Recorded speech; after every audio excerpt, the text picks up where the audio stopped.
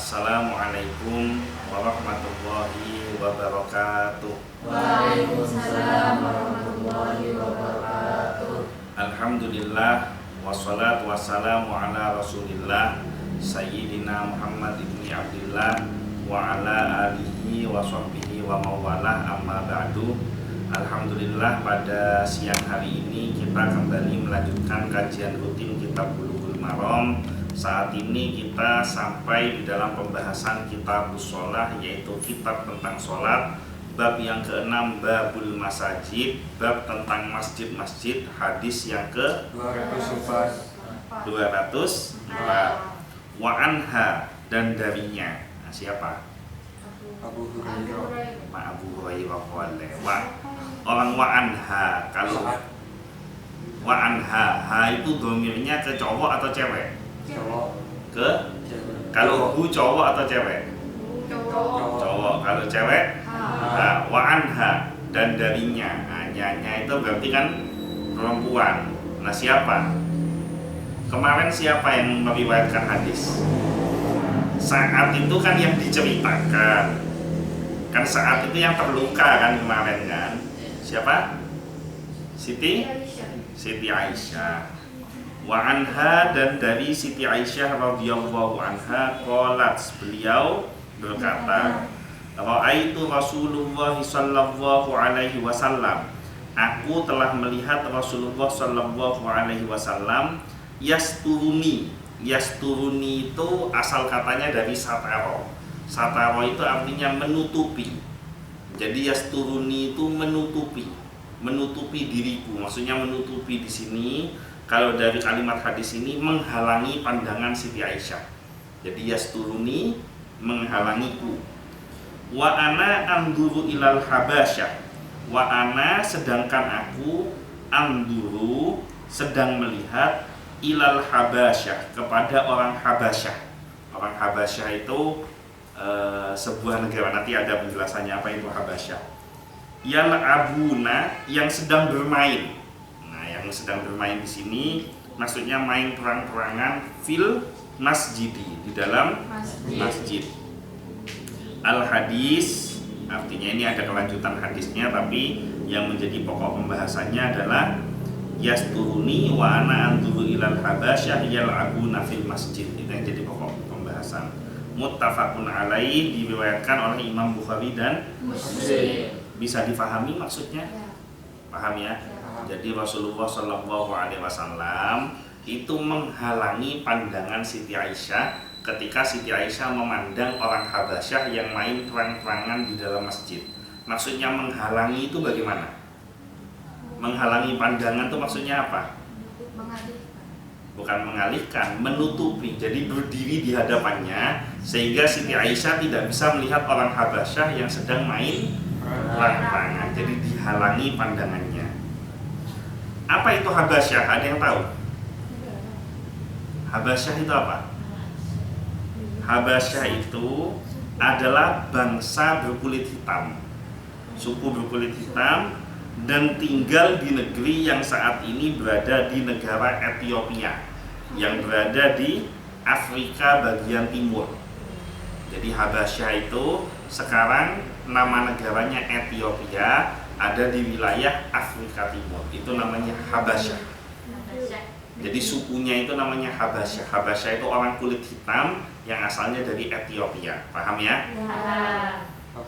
Kita lanjutkan ke syarahnya. Pertama, bermain perang-perangan dan alat perang dibolehkan di dalam masjid. Jadi main perang-perangan di dalam masjid itu boleh dengan alat perang, itu dibolehkan. Karena kenapa? Hadis ini menerangkan bahwa Rasulullah tidak melarang orang Habasyah yang sedang main perang-perangan di dalam masjid. Yang dilakukan oleh Rasulullah hanya menghalangi pandangan Siti Aisyah.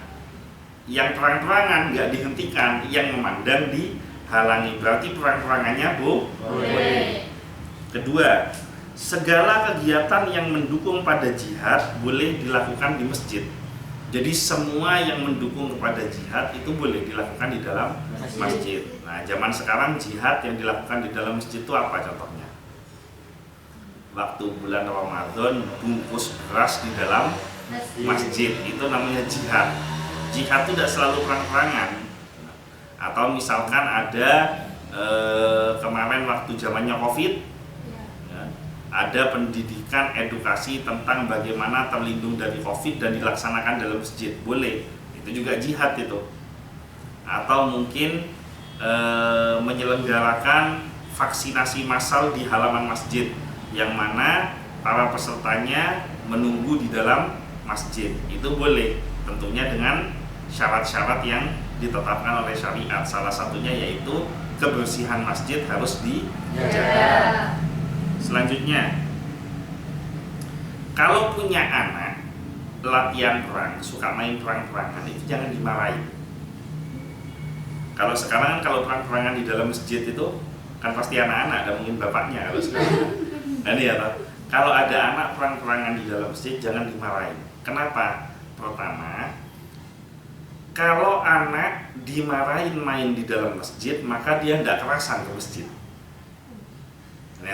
Nah, sementara 30 tahun, 40 tahun yang akan datang, anak-anak kita yang akan menjadi pejuangnya masjid.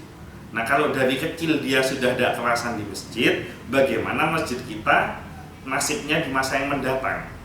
Jadi jangan marahin anak yang main apapun, termasuk main perang-perangan di dalam masjid. Kalau sekiranya itu membuat najis atau mengotori, maka diberi pemahaman, jangan dimarahin, apalagi sampai dilarang ke masjid.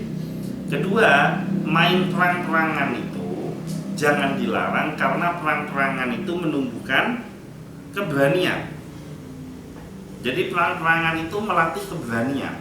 Apalagi punya anak cowok terus main perang-perangan, tidak apa-apa, biarkan, selama tidak membahayakan, supaya punya keberanian. Anak cowok itu jangan dikekep. Kalau dikekep tidak punya keberanian nanti. Akhirnya apa-apa ngentel ke mamanya. Masa sudah SMA masih kemana-mana minta diantar mamanya. Mau pipis minta diantar mamanya. Jadi perang-perangan itu bertujuan untuk melatih keberanian. Perempuan boleh nggak main perang-perangan? Boleh, tapi dengan ketentuan-ketentuan yang harus diperhatikan. Salah satunya tetap harus memperhatikan pakaian yang dikenakan. Jangan sampai pakaian yang dikenakan itu menimbulkan lekuk tubuh atau menampakkan aurat. Jadi perang-perangan apa saja, latihan bela diri itu tidak apa-apa. Cowok cewek sama aja, mau latihan pencaksilat, mau taekwondo, mau karate, mau kungfu, silakan, tidak apa-apa. Itu melatih keberanian dan ketangkasan. Yang keempat, ada syarat bermain perang-perangan di masjid. Jadi boleh main perang-perangan di masjid, tapi ada syaratnya. Syarat yang pertama, bukan rutinitas yang dilakukan terus-menerus. Jadi tidak boleh dijadikan jadwal tetap, kayak jadwal ngaji. Jadwal tetap main perang-perangan setiap Jumat pagi misalkan, itu tidak boleh gitu. Jadi itu bukan sesuatu yang terjadwalkan. Jadi hanya sewaktu-waktu saja boleh. Kemudian yang kedua, tidak mengganggu orang-orang yang sholat, berzikir, atau yang berada dalam majelis ilmu. Artinya perang-perangan boleh dilakukan kalau di dalam masjid itu sedang tidak ada tiga ini. Satu orang berzikir, dua orang sholat, tiga majelis ilmu. Kalau tiga ini nggak ada, boleh main perang-perangan. Tapi kalau tiga ini ada, nggak boleh main perang-perangan di dalam masjid. Yang ketiga, tidak boleh ada suara mencaci dan mencela yang dapat menghilangkan wibawa masjid. Karena kita kan jangankan main perang-perangan, main Mobile Legends aja lewat WhatsApp, kadang-kadang keluar ucapan-ucapan yang mencela atau mencaci lewat WhatsApp, lagi lewat handphone, main Mobile Legends. Coba lihat tuh orang yang hobi main-main game online, itu kan suka ngomong kotor. Nah itu nggak boleh. Apalagi kalau kalah, biasanya suka ngomong kotor yang kalah kan gitu toh. Nah itu tidak boleh. Kalau main perang-perangan di dalam masjid tidak boleh keluar kata-kata yang kotor, karena masjid harus dijaga kewibawaannya. Itu sama dengan mencederai wibawa masjid. Yang kelima, wanita itu boleh melihat aktivitas laki-laki asalkan tidak dengan pandangan yang tajam dan bukan karena memandang ketampanannya, serta bukan untuk cari kenikmatan. Jadi seorang wanita itu sebenarnya, pria dan wanita itu sama saja. Pria dan wanita itu sama-sama punya imajinasi. Hanya perbedaannya, kalau pria imajinasinya itu seringkali ditampakkan. Karena pria ini tipe maskulin itu adalah tipe yang tidak segan-segan menunjukkan apanya? Menunjukkan kelelakiannya. Itu seorang laki-laki biasa menceritakan seorang wanita, ya kan, itu walaupun itu tidak dibenarkan gitu loh. Dan seorang pria itu merasa nggak malu kalau kalau membayangkan seorang wanita, ya kan, itu laki-laki. Nah tapi kalau wanita pasti malu lah ngaku bahwa saya terbayang-bayang laki-laki ini, ya kan. Kalau si laki-laki kan saya terbayang wajahnya yang cantik misalkan, ya, atau mungkin kulitnya yang begini, apanya yang begini. Itu pria itu begitu jeleknya pria. Nah kalau wanita itu tidak ada wanita yang dengan pengumuman mengatakan saya membayangkan ketampanannya, ototnya misalkan, kulitnya dan lain sebagainya gitu. Tapi imajinasi itu bisa ada. Maka menundukkan pandangan itu tidak hanya laki-laki, tapi wanita pun juga diperintahkan untuk menundukkan pandangan. Seorang wanita boleh memandang pria, tapi syaratnya bukan untuk menikmati ketampanannya atau menikmati imajinasinya yang lain. Berarti kesimpulannya apa? Pria sama.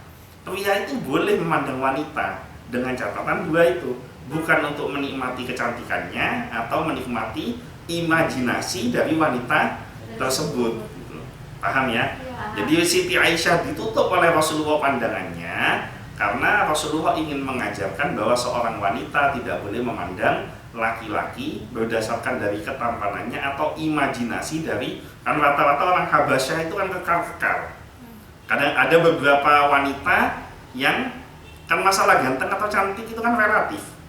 Kata orang itu jelek, tapi menurut suaminya cantik. Dan suaminya tidak bisa diganggu gugat. Memang menurut pandangan dia cantik gitu loh. Begitu juga sebaliknya. Kata orang lain hitam, tapi buat dia putih. Iya tidak bisa, kalau hitam ya laku hitam gitu loh. Tapi buat dia hitam itu menyenangkan. Misalkan dia kan ada kan selera setiap orang itu kan tidak sama dengan jodohnya masing-masing gitu loh. Nah itu apapun seleranya, kalau itu menimbulkan imajinasi yang tidak baik, dilarang oleh agama. Jadi kalau muncul imajinasi yang tidak baik, segera alihkan pandanganmu. Jadi bukan tidak boleh memandang, tapi tidak boleh memandang disertai dengan imajinasi yang tidak baik. Selanjutnya, Imam Nawawi rahimahullah berkata, ada kata sepakat ulama, wanita diharamkan memandang wajah laki-laki yang bukan mahram jika memandangnya dengan penuh nafsu atau syahwat. Jadi tidak boleh. Ini fikih itu begini, nampaknya memang tabu, tapi di fikih ya harus dibahas. Jadi kesimpulannya itu bukan tidak boleh melihatnya, ngelihatnya boleh. Yang tidak boleh itu adalah niat untuk melihatnya. Nah kalau misalkan ada ustadzah sedang menyampaikan tausiah, ada bunyai sedang menyampaikan tausiah, kan banyak bunyai-bunyai yang jadi penceramahan menyampaikan tausiah. Kemudian jamaah memandang dengan tujuan untuk memperhatikan apa yang disampaikan, itu tidak dilarang. Tapi kalau memandang hanya untuk melihat kecantikannya, apalagi memandangnya dengan penuh nafsu dan syahwat, itu tidak boleh. Begitu juga sebaliknya. Jadi seorang jamaah wanita tidak boleh memandang laki-laki dengan pandangan dengan niatan untuk membangkitkan syahwat atau nafsu. Ini semua ulama sepakat. Yang ketujuh, Nabi SAW menunjukkan akhlak yang mulia pada istri dan keluarganya. Jadi bukan dimarahin. Kan nggak dimarahin dalam hadis, langsung ditutupi pandangannya. Hal ini sepatutnya bisa dicontoh oleh para suami. Nah, ini pelajaran untuk para suami. Kalau jadi suami jangan ngamokan. Jangan suka marah sama istrinya. Jadi suami itu harus dengan akhlak yang baik. Khairukum li ahli. Sebaik-baiknya kamu wahai laki-laki adalah yang paling baik akhlaknya kepada istrimu. istri-istrimu. Nah, ini saya kasih contoh cerita dua ya, cerita dua. Yang pertama yang berkaitan dengan masalah syahwat. Jadi ada beberapa ikhtilaf ulama tentang masalah laki-laki dan perempuan berjabat tangan, salaman. Ada ulama yang mengatakan kalau salaman itu haram antara laki-laki dengan perempuan. Ada ulama yang mengatakan bahwa mubah, boleh salaman antara laki-laki dengan perempuan. Nah, ada seorang santri ini kalau pagi ngaji ke Imam Maliki, zamannya Imam Tabi'in ini ya. Kalau sore ngaji ke Imam Syafi'i. Imam Syafi'i itu apanya Imam Maliki? Imam Syafi'i itu apanya Imam Maliki? Muridnya. Imam Maliki gurunya, Imam Syafi'i muridnya. Jadi pagi ngaji ke Imam Maliki, sore ngaji ke Imam Syafi'i, guru dan murid. Nah, ketika ngaji di Imam Syafi'i sampai di dalam bab yaltamisun nisa, aulamastumun nisa, yaitu bersentuhan dengan wanita. Imam Syafi'i dengan tegas mengatakan bersentuhan dengan wanita hukumnya haram. Protes ini santri, Imam, tadi pagi itu saya ngaji ke Imam Maliki. Imam Maliki mengatakan bahwa bersentuhan dengan wanita hukumnya mubah, boleh. Jabat tangan dengan wanita itu boleh. Tapi kenapa engkau sebagai muridnya kok mengatakan jabat tangan dengan wanita itu haram? Itu dalilnya gimana? Kok guru dengan murid kok tidak sama? Gurunya membolehkan, muridnya mengharamkan. Apa jawaban dari Imam Syafi'i? Imam Maliki itu betul. Beliau saat ini usianya 80 tahun. Kalau salaman dengan perempuan tidak akan muncul nafsu syahwat karena usia 80 tahun. Nah, kalau kamu kan usianya masih 20 tahun. Kalau salaman dengan perempuan, karena budaya Arab itu, budaya Arab ya, wanita tersenyum itu sudah membangkitkan syahwat. Budaya Arab, makanya kamu kalau ada takdir misalkan suatu saat ada rezeki bisa jalan-jalan ke Jazirah Arab, jangan suka mengumbar senyum kepada laki-laki. Karena mengumbar senyum itu bisa membangkitkan syahwat, makanya mereka bercadar supaya tidak membangkitkan syahwat. Jadi ada alasannya bercadar. Nah, kalau di sini tekak gigina cotot, senyum tidak akan membangkitkan syahwat kan gitu, kan? Misalkan senyum saking seringnya senyum gitu lah. Nah, apalagi sampai berjabat tangan. Nah, artinya apa? Artinya Imam Maliki dan Imam Syafi'i sebenarnya sama pendapatnya. Yang tidak boleh itu syahwatnya, tapi salamannya boleh. Hanya beda penyampaian bahasa. Titik tekan Imam Maliki membolehkan karena tidak ada syahwat. Sementara Imam Syafi'i titik penekanannya mengharamkan karena muncul syahwat. Paham ya? Jadi syarah hadis ini maksudnya itu boleh memandang, boleh berjabat tangan, yang penting tidak menimbulkan syahwat. Jadi jangan ini lagi sudah. Jangan sanksi lagi kok ada kiai santrinya salaman kok kiainya mau misalkan, atau bunyai santrinya salaman kok bunyainya mau. Itu ada dasarnya masing-masing. Sangat hampir mustahil, walaupun ada satu dua ada, tapi rata-rata seorang guru itu menganggap santrinya itu sebagai anaknya, dan layaknya orang tua tidak mungkin muncul syahwat terhadap anaknya. Itu cerita pertama tentang berkaitan masalah apa? Masalah bukan jabat tangannya, esensi dari jabat tangan atau pandangannya. Yang kedua, soal masalah khairukum li ahli. Jadi sebaik-baiknya engkau, wahai para laki-laki, adalah yang paling baik akhlaknya kepada istrinya. Ini dicontohkan oleh Rasulullah. Rasulullah itu punya kebiasaan i'tikaf di dalam masjid. Pulangnya itu kadang tengah malam. Nah, seperti kita ketahui bersama, Masjid Nabawi dengan rumahnya Rasulullah itu jaraknya dekat. Mimbar masjid ke pintunya rumahnya Rasulullah 17 meter. Jadi jaraknya dekat. Ketika Rasulullah selesai i'tikaf, beliau pulang. Ketika pulang di rumahnya kan tengah malam. Rumahnya diketok dengan suara yang pelan. Assalamualaikum. Kenapa kok pelan-pelan? Takut istrinya di dalam rumah sudah tertidur, takut terganggu tidurnya gara-gara ketokan pintu suaminya, ketokan pintu Rasulullah, sehingga ngetoknya pelan-pelan. Assalamualaikum. Kok nggak dijawab? diketok lagi lebih pelan. Barangkali siapa tahu belum tidur, tapi kalau sudah tidur nanti terganggu. Assalamualaikum. Ternyata masih nggak bangun. Akhirnya diketok paling pelan dan ucapannya ini seperti bisik-bisik, tok-tok. Assalamualaikum. Ternyata tetap nggak bangun. Akhirnya Rasulullah tidur di depan pintu. Nah, itu contoh yang dicontohkan oleh Rasulullah. Nah, kira-kira suami istri zaman sekarang ada nggak yang mencontohkan begitu? Kan? Diketok sekeceng-kecengnya, nggak dibuka, keluar kalimat sakti. Kope kata ngedi.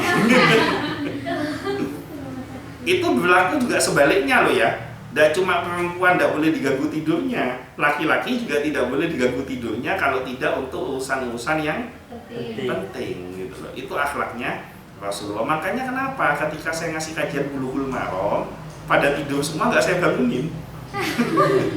Kenapa? Tidak boleh mengganggu tidur. Jadi bagi para teman-teman yang mungkin tadi malam susah tidur, nah ini kesempatan untuk Bulughul Maram, ini kesempatan untuk bisa tidur, karena isi dari kajian Bulughul Maram ini adalah obat tidur, jadi bisa bikin ngantuk ya. Ada pertanyaan sampai sini? Mungkin itu saja yang bisa saya sampaikan. Mudah-mudahan semuanya sehat, selamat, panjang umur, rizkinya banyak dan barokah, mendapatkan syafaat dari Nabi Muhammad SAW. Al-Fatihah. Iya karena berdua, iya karena selain mungkin itu saja yang bisa saya sampaikan, kurang lebihnya mohon maaf. Wallahul muwaffiq ila aqwamit thoriq, wabillahi taufiq wal hidayah. Wassalamualaikum warahmatullahi wabarakatuh.